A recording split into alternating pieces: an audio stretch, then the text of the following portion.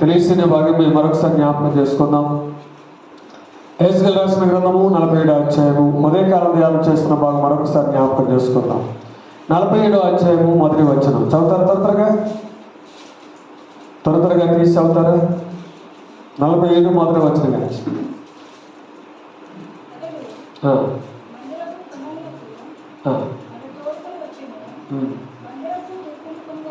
చదువుకోండి, వెళ్ళిపోమ్మా.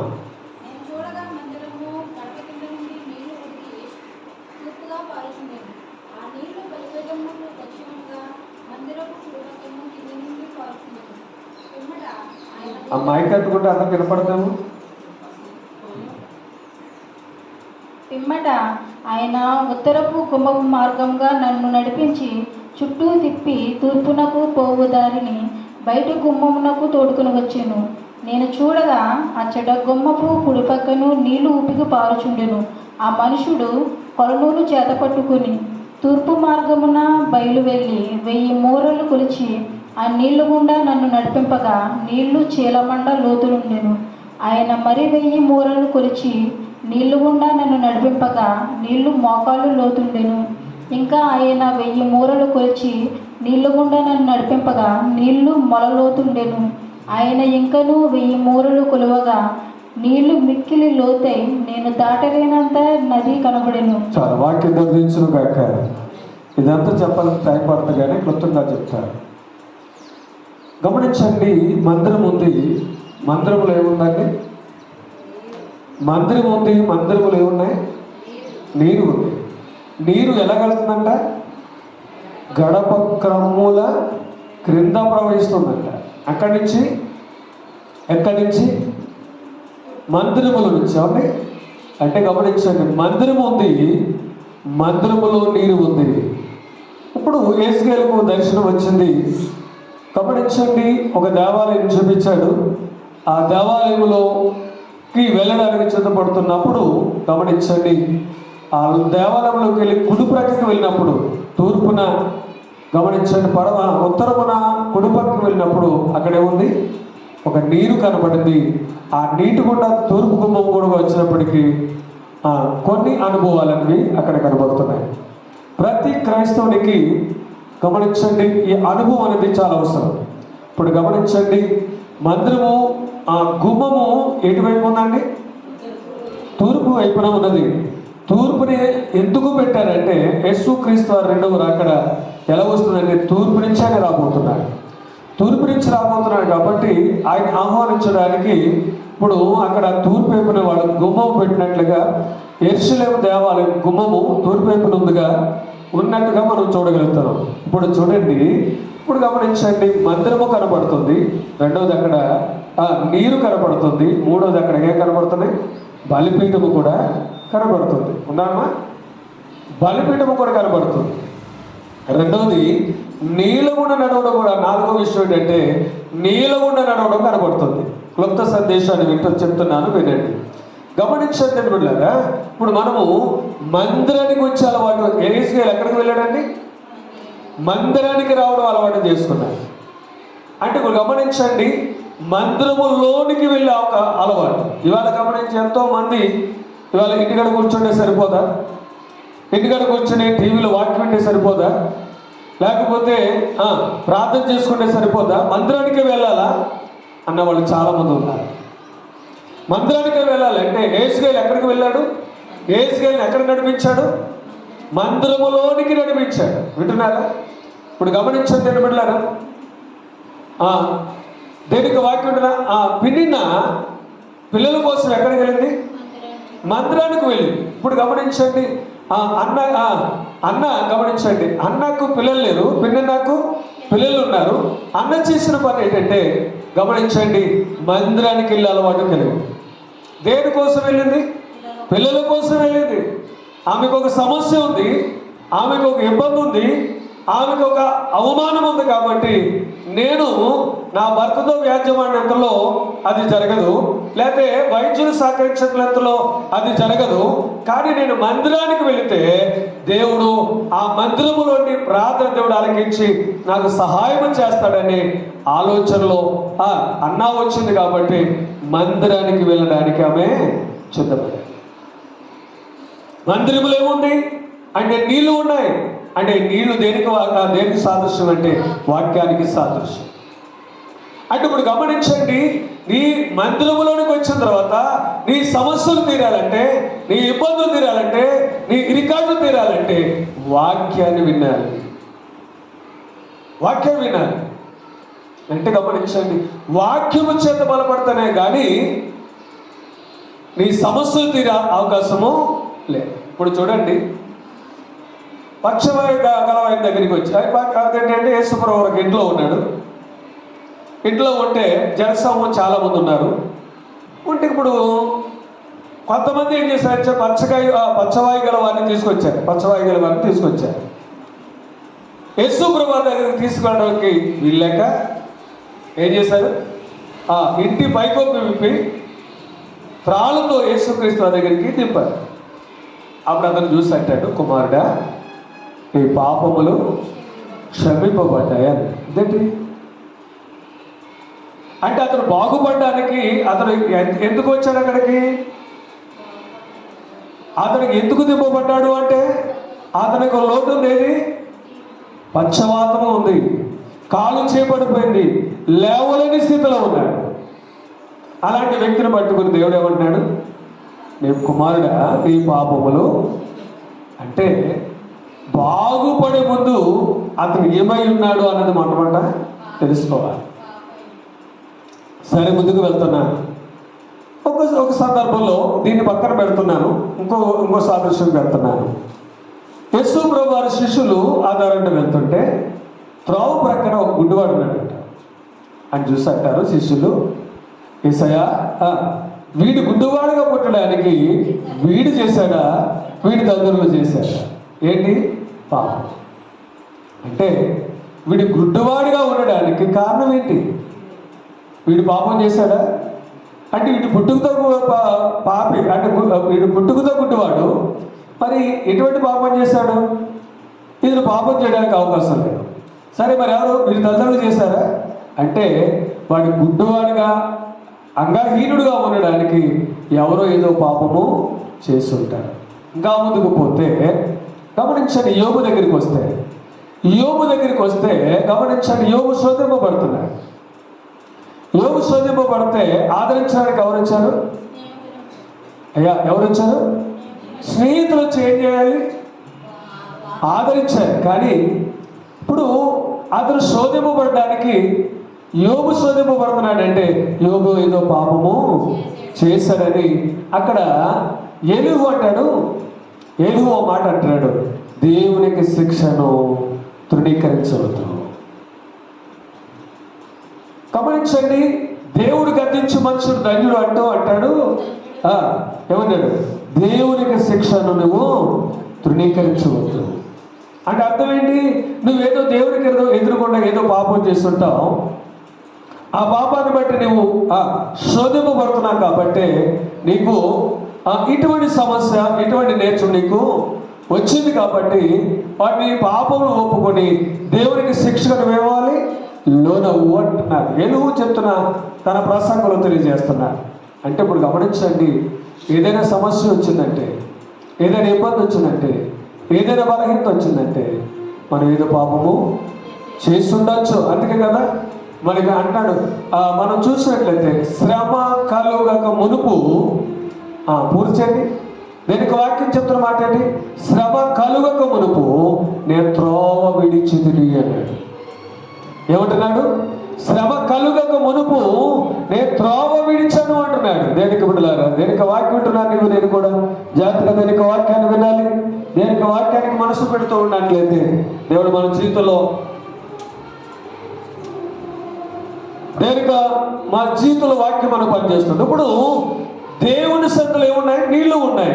ఇప్పుడంటే మందిరానికి వెళ్ళడం వల్ల మొట్టమొదటి నువ్వు ఎలాగున్నావు నీకు తెలుస్తుంది. ఇప్పుడు గమనించండి, యేసు ప్రభువు దగ్గరికి ఎవరు వచ్చారు? పక్షవాయుగల వాడు వచ్చాడు.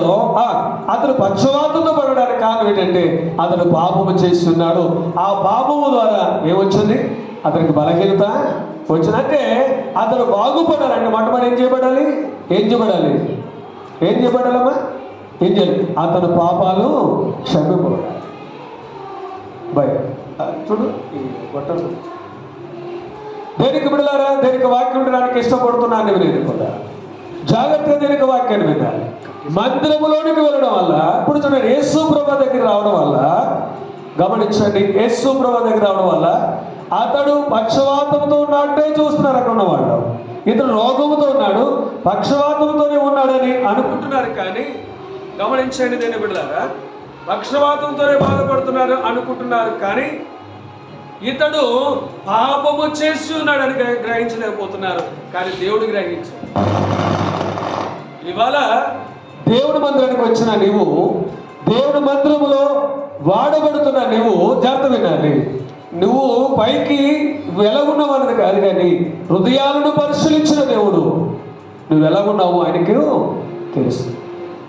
నీ సమస్యలు తీరాలంటే, నీకున్న ఇబ్బందులు తీరాలంటే, నీకున్న ఇరికాడు తీరాలంటే గమనించండి, మొట్టమొదట నీళ్ళ దగ్గరికి రావాలి, మందిరములోకి రావాలి. నీళ్ళ దగ్గరికి వస్తే నీళ్ళు చేసే పని ఏంటండి చెప్పండి? నీళ్ళు చేసే పని ఏంటి? మనుషులు శుభ్రపరుస్తుంది, సామాన్లు శుభ్రపరుస్తుంది, ఇంటిని శుభ్రపరుస్తుంది. అది శుభ్రం చేసుకుంటూ వెళ్ళడమే దాని పని. అవునంటారా కదా అంటారా? అది శుభ్రం చేసుకుంటూ వెళ్ళడమే. దేనికి బిడ్డలారా అంటే వాక్యము కూడా మనం సరి చేసుకుంటూ వెళ్ళడమే తప్ప రెండోది ఏమీ లేదు. అంటే ఇప్పుడు గమనించండి, నువ్వు ఏదైనా సమస్యలకు లోనయ్యావు అంటే, ఏదైనా సమస్యలకు లోనవుతున్నావు అంటే, ఒకవేళ మనం ఏదైనా పొరపాటు చేసేమో, ఇవాళ మనం శోధింపబడుతున్నాం అంటే ఏదైనా పొరపాటు చేసేమో, ఇవాళ బాధింపబడుతున్నాం అంటే ఏదైనా పొరపాటు చేసేమో, ఇవాళ ఇబ్బందులు పాలవుతున్నాం అంటే ఏదైనా పొరపాటు చేసేమో, ఇవాళ అనారోగ్య పరిస్థితులు మనకు వచ్చినాయి అంటే ఏదైనా పొరపాటు చేసేమో దేవుని ఎదుట దాన్ని ఒప్పుకొని విడిచిపెట్టాలి. చేయగలుగుతున్నామా? ఇలా మందిరానికి వస్తున్నాను, మందిరానికి వచ్చే అలవాటు నీకు ఉందా? ఇవాళ గమనించద్దు అని వెళ్ళారు. ఉదయకాలం ఎలీషా గారు సాక్షి చెప్పారు. ఎలీషా గారు సాక్షి చెప్పినారా? గమనించి ఏమన్నారంటే 2024లో 3 సార్లు ఆన్లైన్ ప్రేయర్కి వద్దాం నేను మానేశాను, దేవుడు నన్ను క్షమించుగాక. 2024లో ఎన్ని నెలలు మానేశారు ఆయన? 3 నెలలు నేను ఆన్లైన్ ప్రేయర్కి రాలేకపోయాను, కాబట్టి నేను తప్పు చేశాను, దేవుడు నన్ను క్షమించుగా. కానీ ఎలీషా గారు ఒక మాట అన్నాడు, మనం ఎన్నిసార్లు మానేసామంటే ఎప్పుడైనా ఒప్పుకున్నామా? ఎప్పుడైనా ఒప్పుకున్నామా? ఎన్నిసార్లు దేవుని మంత్రాన్ని విడిచిపెట్టాం, ఎన్నిసార్లు దేవుని సహవాసాన్ని విడిచిపెట్టాం. ఇవాళ కనీసం అయ్యో నేను తప్పు చేశాననే ఆలోచన మీకు ఉందా? అయ్యో నేను తప్పు చేస్తున్నానే. ఒక మాట, ఇదివరకు నేను ఎంతో వాక్యం చదివేదాన్ని, ఎంతో ప్రార్థన చేసేవాడిని, ఇవాళ నేను ప్రార్థన చేయలేకపోతున్నాను, వాక్యం చదవలేకపోతున్నాను, నేను తప్పు చేస్తున్నాను అనే ఆలోచన ఎవరికైనా ఉందా? నేను తప్పు చేస్తున్నాను. ఇప్పుడు ఎలాంటి తప్పు చేస్తానంటే ఎవరైనా ఒప్పుకుంటారా? ఒప్పుకోరు కదా. ఆదాము అవ్వని జ్ఞాపకం చేసుకున్నట్లయితే గమనించండి, వాళ్ళు ప్రభుత్వ సహవాసం చేసినంత చెప్పు బాగానే ఉన్నారు. ఎప్పుడైతే వాళ్ళు పాపం చేశారో, వాళ్ళు దేవునికి ఆజ్ఞను అతిక్రమించారో, ఇప్పుడు దేవుడు వచ్చాక దేవాది దేవుడు వచ్చాక వాళ్ళు ఏం చేస్తున్నారు? ఆదామా అని కానీ వాళ్ళు పారిపోయారు. అమ్మ ఎందుకు ఇలా చేశారంటే ఆదాము అన్నాడు, అయ్యా తప్పు చేశారన్నాడా? అయ్యా నేను తప్పు చేశాను బాబు, నేను తెలుసో తెలుగు తప్పు చేశాను, నేను క్షమించట్లేదు, నేను చేయలేదు, నేను తప్పు చేయలేదు. నేను ఎందుకు చెప్తాను? నీకు తెలీదా? నేను అడగొట్టాను, నేను తప్పు చేయలేదు, ఇదిగో నాకు సాటిని సహాయించావు కదా, ఇవిని బట్టి నేను తప్పు చేశాను. ఏమ్మా ఎందుకు? అబ్బాయి నేను కూడా చేయలేదు. ఎవరు చేశారు? ఆ సర్పం ద్వారా నేను పాపము. సాకులు చెప్పడం అంటే సాకులు చెప్పడం. ఇవాళ దేవుడు బిడ్డవైండి మందిరానికి రాలేకపోతున్నావు అంటే, దేవుడు బిడ్డవైండి మందిరములో నువ్వు దేవుడితో సహవాసం చేయలేకపోతున్నావు అంటే, నువ్వు ఎటువంటి ఆశ్రదాలు ఉంటాయి నీకు? ఎటువంటి దీవులు ఉంటాయి నీకు? ఎటువంటి కృపారాలు ఉంటాయి? గమనించండి. హెజ్కేలు మందిరానికి వెళ్ళి అలవాటు కలిగి ఉన్నాడు. యేసుక్రీస్తు వారు కూడా ఆడికి ఒక వాడుక ఉంది తెలుసా? మందిరానికి వెళ్ళి వాడుక కలిగి ఉన్నాడు. మందిరానికి వెళ్ళే అలవాటు. ఇవాళ మందిరానికి రావాలి. ఇవాళ గమనించండి, మనము ఈ సంవత్సరం కొంచెం ఎక్కువ రోజులు పెట్టుకున్నాం. అంటే చాలామంది రావట్లేదు, కొంతమంది వస్తున్నారు. ఎక్కువ రోజులు అంటే 52 రోజులు పెట్టుకున్నాం మనం. నేను ఉపవాసం చేసిన దినాలు మిమ్మల్ని కూడా నలపాలని, ప్రార్థనలో నడిపించాలనే ఉద్దేశంతో 52 రోజులు మీకు మీటుగా ప్రతిరోజు ప్రార్థన పెడుతున్నాను. మరి ఇది మీతో చెప్పాను, మీరు రాగలుగుతారంట. నన్ను రాలేకపోతున్నావు అంటే మందిరానికి వెళ్ళి అలవాటు ఉందా నీకు? నువ్వు రాలేకపోతున్నావు అంటే మందిరంలో దేవుడితో సహవాసం చేసే అలవాటు నీకుందా? నువ్వు దేవుడు బిడ్డవని చెప్పుకుంటున్నావు, దేవుడిగా నేను క్రైస్తవుని చెప్పుకుంటున్నావు. ఇవాళ మందిరానికి రాలేకపోతున్నావు అంటే ఇవాళ ఇంటికాడ కూర్చొని టీవీ ముందో ఇంటికాడ కూర్చొని బయట కూర్చొని కౌరులు వేసుకోవడానికో తప్ప కూర్చోవడానికి తప్ప ఏంటి ఉపకారం? ఒక గంట ప్రభుత్వంతో గడపలేరా? ఒక గంట ప్రభుత్వం ఉండలేరా? ఇవాళ గమనించండి బిడ్డలారా, ఎందుకు రాలేకపోతున్నాం అంటే మందిరములో దేవునితో సహవాసం చేసే అలవాటు మనకు లేదు. అన్నాకుంది కాబట్టి మందిరానికి వెళ్ళింది, ప్రార్థన చేసుకుంది, తన లోటును భర్తీ చేసుకుంది కదంటారా? హిజ్కియా దగ్గరికి వెళ్తే, హిజ్కియా ఇదిగో సిరియా సైన్యము రాబోతుంది, యుద్ధం చేయబోతుంది, అయ్యా నీ దేవుడు ఏం చేస్తాడు చెప్పమంటే ఆ ఉత్తరం తీసుకున్నాడు, మందిరానికి వెళ్ళాడు, పరిచాడు, ప్రార్థన చేయడం ప్రారంభించాడు. హిజ్కియా కూడా మందిరానికి వెళ్ళే అలవాటు కలిగి ఉన్నాడు. నువ్వు మందిరానికి వెళ్ళే అలవాటు ఉందా? వాళ్ళు ఎప్పుడు వెళ్తున్నావు? మందిరానికి వెళ్ళాలి, మంచిది. ఎప్పుడు వెళ్తున్నావు? మందిరానికి వెళ్ళే అలవాటు ఉంది. ఎప్పుడు వస్తున్నాను నేను మందిరానికి అంటే ఇప్పుడు 42వ కీర్తనలో మనం చూస్తే నేను దేవుని మందిరానికి ఎప్పుడూ వెళ్ళేదును అంటే ఎప్పుడు వెళ్ళాలి? పాటలు అయిపోయాక. ఎప్పుడు వెళ్ళాలి? ప్రార్థన టైంలోనా? ఇవాళ నువ్వు ఆశీర్వదింపబడాలంటే మందిరానికి వెళ్ళే అలవాటు కలిగి ఉండాలి. టయాన్ని అంటే దేవునికి సేవకుడు ఏ టయాన్ని ప్రకటించాడో ఆ టయానికి రావడం నువ్వు నేర్చుకోవాలి. అప్పుడే నువ్వు దీవింపబడతావు. ఇప్పుడు చూడండి తూర్పు గుమ్మగుండా వెళ్ళాడు, వెళ్ళి ఏం చేశాడండి? కుడివైపు తిరిగాడు. కుడివైపు తిరిగాడు, అక్కడ ఏముంది? నీళ్లు ఉన్నాయి. నీళ్లు ఉన్న కాడికించి ఆ నీటి గుండా నడవడం ప్రారంభించాడు. ఒక కొలగాలు తీసుకున్నాడు దేవత దేవుడు, కొలడం ప్రారంభించాడు. అంటే ఒకదానికి ఎంత డిస్టెన్స్ ఉందండి? ఒకదానికి ఎంత డిస్టెన్స్ ఉంది? ఎంత దూరం ఉందంటే 1000 మూరలు. గమనిస్తున్నారు కనుక బిడ్డలారా, 1000 అనే మాటను మనం చూస్తే పేతురు అంటాడు, ఆ 1000 గురించి మాట్లాడు. పేతురు ఏమంటాడంటే ఒక దినము గడుపుట 1000 దినాల కంటే శ్రేష్టం, 1000 సంవత్సరాలు అంటాడు. అంటే గమనించండి, దేవుని సన్నిధిలో ఒక దినము దేనికి దేనికి 1000 దినాలు లేకపోతే 1000 సంవత్సరాలకు సరిపడా ఆశీర్వాదం దేవుడు ఇస్తాడు. అంటే ఇప్పుడు గమనించండి, నువ్వు దేవుని మందిరంలో ఒక దినమును గడుపుట 1000 దినాల ఆశీర్వాదాలను పొందుకుంటామని వాక్యం ద్వారా హెచ్చరింపబడుతున్నాం. ఇప్పుడు ఏం చేశాడు? కుడివైపు తిరిగాడు. లోనికి వెళ్ళాడు, ఏం చేశాడు? కుడివైపు తిరిగాడు. కుడి చేతులు ఏమున్నాయండి? ఆయన కుడి చేతులు ఏమున్నాయి? దీవులు ఉన్నాయి. అంటే ఇప్పుడు గమనించండి, ఎడమ చేతులైన శాపాలుంటే కుడివైపున ఉన్న వాళ్ళని ఆయన దీవించడానికి ఇష్టపడుతున్నాడు. అంటే మందిరంలోనికి వెళ్ళడమే కాదు, దేవుడి కుడి పార్శ్వమున కూర్చునే వారిగా ఉండాలి. దేవుని స్తోత్రం. అంటే అప్పుడు గమనించాడు, లాజరు ధనవంతుడున్నాడు కదా, ఇద్దరు చచ్చిపోయారు కదా. లాజరు ఎక్కడికి వెళ్ళాడు? పరలోకం వెళ్ళాడు. లాజరు ఎక్కడ కూర్చున్నాడు? అబ్రహాము కుడి పార్శ్వమున కూర్చున్నాడు అని ఉంది బైబిల్లో.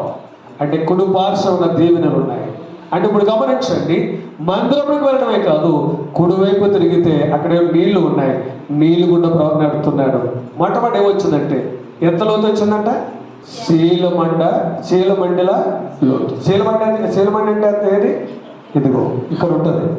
గమనించండి, అంత లోతుంది. అంటే దాని సాదృశ్యం, దాని అనుభవం ఏంటంటే నువ్వు దేవుల్లో శక్తి కలిగి ఉండాలి. శీలమని లోతు అంటే అర్థం ఏంటో తెలుసా? నువ్వు దేవుని మందిరంలో దేనికి వాక్యం ఉంటున్నాను, దేవుని శక్తి కలిగి లోకంలో జీవించాలి. శక్తి ఉందా? శక్తి అనేది ఎలా వస్తుంది? ఉరుగున వస్తుందా? ఆ తర్వాత 1000 మూరలు కలిసి 1000 మూరలు కొలిసాక ఆ కొలిసిన వెంటనే వెళ్ళాడు. అక్కడికి వచ్చినడికి ఏమొచ్చింది? మోకాలు. అంటే మోకాళ్ళ ప్రార్థన కలిగి ఉండాలి. మోకాళ్ళ ప్రార్థన ఉందా? ఇవాళ మోకాళ్ళేసి ప్రార్థన చేయగలుగుతున్నారంటే ఇప్పుడు గమనించండి, మోకాళ్ళేసి ప్రార్థన చేయడం ఏంటంటే మోకాళ్ళేసి నిద్రపోయే వాళ్ళు కూడా ఉన్నారు. మోకాళ్ళేసి నిద్రపోవడమే. ఇవాళ వినండి, ఎందుకు ఇవాళ ప్రార్థన లేదు? క్రైస్తవ కుటుంబాలు ఏం లేదండి, ప్రార్థన లేదు, మోకాళ్ళ ప్రార్థన లేదు. ఒకసారి మీ మోకాళ్ళు చూడండి. అమ్మా అనంతలక్ష్మి గారు, మీరు ఎంతకాలం అయింది ప్రభు నమ్ముకొని? అనంతలక్ష్మి గారిని అడిగాను, ఎంతకాలం అయింది ప్రభు నమ్ముకొని? 40 ఏళ్ళు. వదిలేండి 40 సంవత్సరాలు మీ మోకాళ్ళు నల్లగున్నాయా తెల్లగున్నాయా? మీ మోకాళ్ళు నల్లగున్నాయా తెల్లగున్నాయా? అమ్మ నేను అడిగిన వాళ్ళకి సమాధానం చెప్పండి. అంటే తెల్లగా ఉన్నట్టే కదా, నల్లగా లేవంటే అర్థం లేదు. ఏంటంటే మోకాళ్ళ ప్రార్థన లేదు. మా కోళ్ళు అడిగితే బాగుండదేమో. అమ్మా ఆవిడ కూడా చెప్తా. అమ్మా నువ్వు ఎన్ని సంవత్సరాలు అయింది నువ్వు ప్రభు సంతకు వచ్చి చెప్పాలి. ఎన్ని సంవత్సరాలు అవుతామ్మా? చిన్నప్పటి నుంచే మా మందిరానికి వచ్చావు. నీ మోకాళ్ళు తెల్లగున్నాయా నల్లగున్నాయా?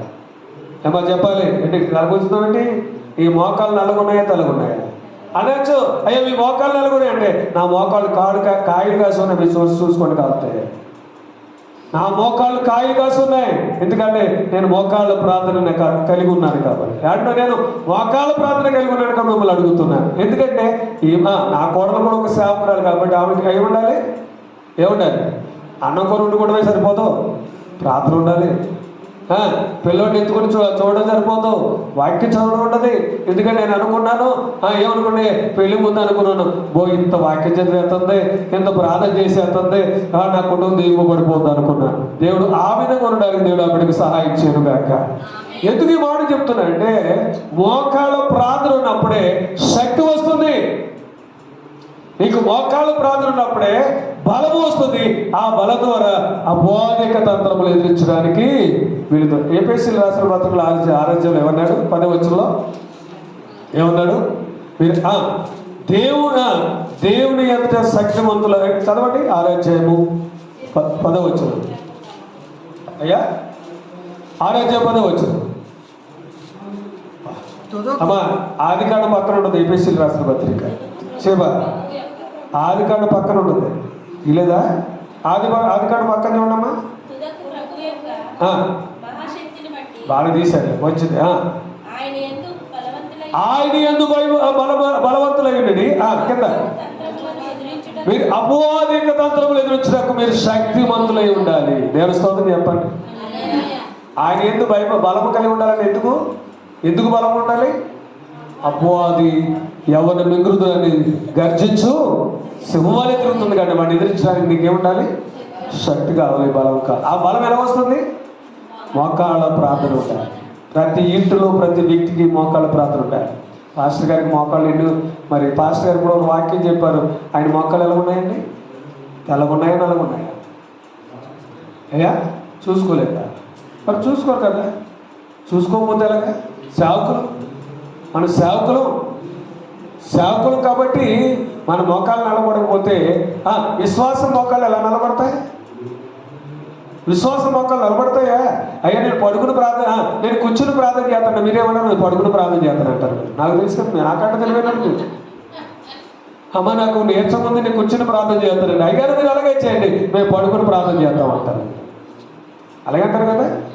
మరి ఏం చేద్దాం? నాకంటే తెలియదు కాబట్టి మేము మోకాళ్ళు వేస్తే మీరేం చేస్తారు? మీరు మోకాళ్ళు వేస్తారు. నేను నిలబడితే మీరేం చేస్తారు? మీరు కూర్చుంటారు. ఇప్పుడు ప్రార్థన అన్నాను అనుకోండి మా మీరేం చేస్తే మోకాళ్ళు మానేసి బస్ పెట్టేసి తల వస్తుందా ఉంచుదా? ఎందుకంటే మోకాళ్ళు వేసి అనుభవం లేదు, చిన్నప్పటి నుంచి పోయింది, అనుభవం లేదు. మోకరించాలని ఆలోచన, ప్రార్థన కానీ మోకాళ్ళు వేయాలని. ఇప్పుడు చిన్న పెట్టున్నాడు మా మనవడున్నాడు చాలు, పాట పాడితే చాలు అంటే చప్పలు కొట్టేస్తున్నాడు. అంటే అర్థం ఏంటి? పాట పాడుతుంటే చప్పలు కొడుతున్నాడు అంటే అర్థం ఏంటి?